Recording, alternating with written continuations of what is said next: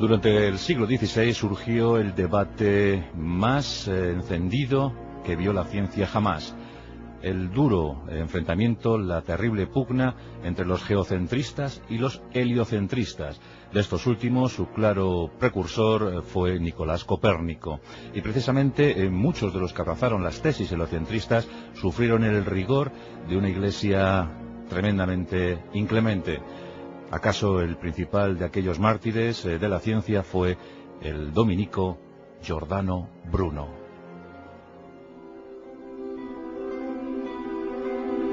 Nacido en 1548 en Nola, una población muy cercana a Nápoles, su nombre original era Filippo Bruno, pero cambió el nombre de pila por el de Giordano cuando ingresó en la orden dominica. Esto ocurría cuando Giordano apenas tenía 17 años. Y de inmediato se convirtió en un ser polémico, rebelde. Un tipo inquieto que rechazó las imágenes de los santos, argumentando que no había que reverenciar a esos que figuraban en tal o cual imagen, en tal o cual estampita. Y sí, en cambio, aceptó un crucifijo como muestra de respeto hacia ese Dios al que tanto amaba. Bueno, pues esto ya le supuso una primera causa, acusado de hereje, cuando tenía tan solo 18 años. De verdad iba a ser polémico Giordano Bruno. Sus problemas se incrementaron, se le acusaba incluso de violento. En una ocasión se dijo que había arrojado a un hermano dominico al río Tíber en Roma. Y bueno, pues parece que tarde o temprano la duda se iba a sembrar en torno a Giordano. Y cuando abrazó las posturas heliocentristas, pues mucho más, ya que llegó a afirmar que existían mundos infinitos habitados por seres como los humanos, y en cada uno de esos mundos debía existir un jardín del Edén con sus correspondientes Adán y Eva. Según Giordano Bruno, Dios se encontraba en todas las cosas.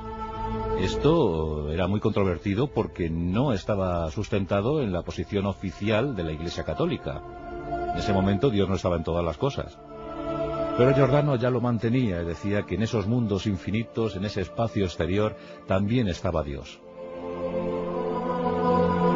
Como es lógico, Giordano tuvo que abandonar los territorios italianos y abandonó también de paso los hábitos dominicos. No estaba conforme con lo que promulgaba su iglesia. Se refugió en Ginebra, por entonces república protestante, en manos de Juan Calvino. Y así es, se alistó en las filas calvinistas. Pero discrepó también de inmediato con Calvino, al que acusó de dictador religioso, argumentando diciendo que el calvinismo despreciaba la libertad intelectual. Redactó incluso una carta en la que rebatía 20 puntos a un discurso de Calvino. Eso ya fue la gota que colmó el vaso, y Giordano Bruno tuvo que abandonar también Suiza. Pero le quisieron en sitios como en París. Allí el rey, Enrique III, le dio todo su visto bueno para que ingresase en la Universidad de París, nada más y nada menos, y allí impartió su magisterio, como lo hizo también en la Universidad de Oxford. Un personaje, como era, doctorado en teología y muy versado en diferentes disciplinas, respetadísimo en el mundo europeo de aquel entonces. Viajó por Europa, viajó a Praga, y a instancias de un amigo suyo, un supuesto amigo suyo, volvió a Italia, en este caso a Venecia, para recibir el mecenazgo de este supuesto aliado.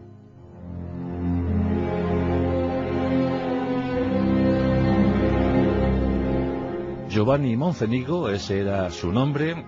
Sí, mostraba amistad, complicidad con lo que razonaba Giordano Bruno, pero al parecer alguien quiso acusar a Giovanni de hereje al intentar, según decían, dominar las mentes ajenas. Esto debió atemorizarle mucho, pues denunció la presencia de Giordano Bruno en Venecia.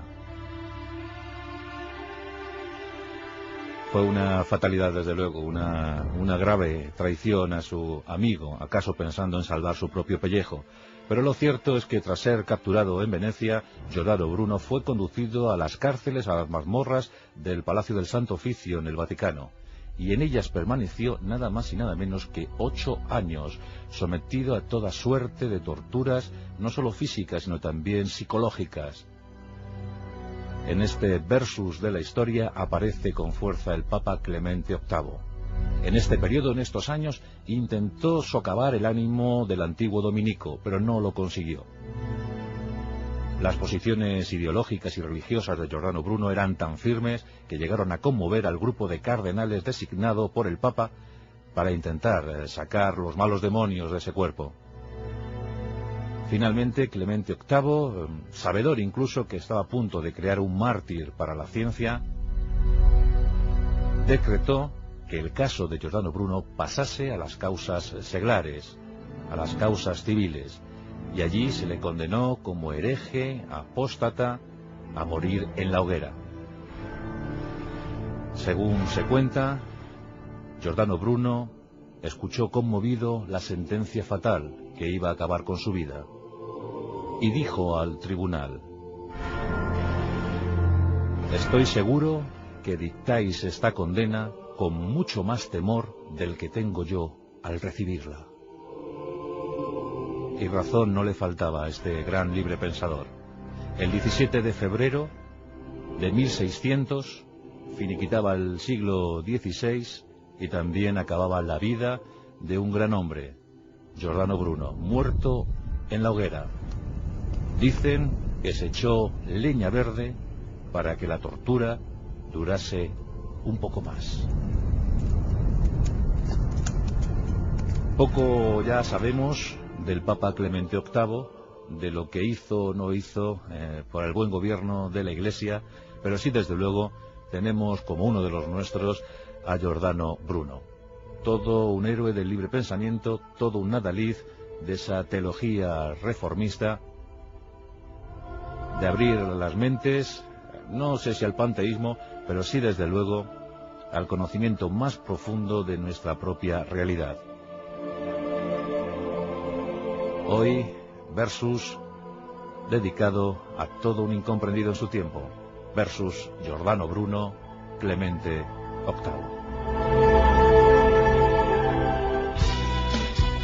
La Rosa de los Vientos, Onda Cero.